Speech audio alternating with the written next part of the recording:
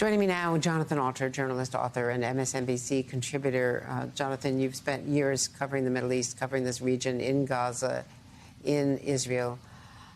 That's the hard question. How do you find them? How do you rescue them? How do you save them? Yeah, well, nobody has any easy answers to this. Nobody knows whether it's even possible to do so because of the tunnels that Hamas has built under Gaza City. But I wouldn't underestimate the Israelis. You might recall the raid at Entebbe Airport where they freed a bunch of Israeli hostages that had been taken by terrorists. So there is a chance. Unfortunately, it's likely that the hostages have been spread out. You know, this was a lesson that ne'er-do-wells, evildoers, learned after the Iranian hostage crisis in 1979. You may recall that we staged a raid under Jimmy Carter to try to rescue the hostages. After that failed, what the Iranians did was they spread the hostages out so that a further attempt to rescue them would be impossible. So it's very tough. And you've written about the political ramifications of all of this in terms of the Times of Israel also publishing an op-ed titled, "For years, Netanyahu propped up Hamas. Now it's blown up in our faces."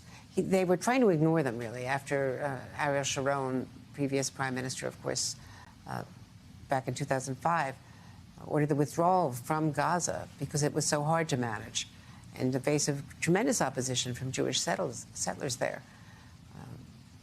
And now it's all coming home to roost. They had to, you know, this is a little remembered fact, but at the time, Israel pulled out of Gaza. And by the way, that's a fact that many Americans who have been, you know, talking about the occupation in the last few days, pro-Palestinians, they don't seem to know that we should know that Israel pulled out of Gaza in 2005, and they actually uprooted 9,000 Israeli settlers and forcibly removed them from Gaza. So Israel has no interest in colonizing Gaza. There's been a lot of loose rhetoric about that, but they are about to occupy Gaza City, by the way, with a force that will be much larger than what the United States had when we had this awful urban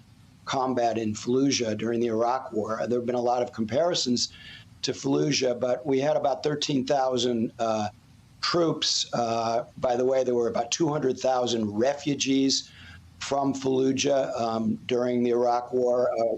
There are always refugees during a war.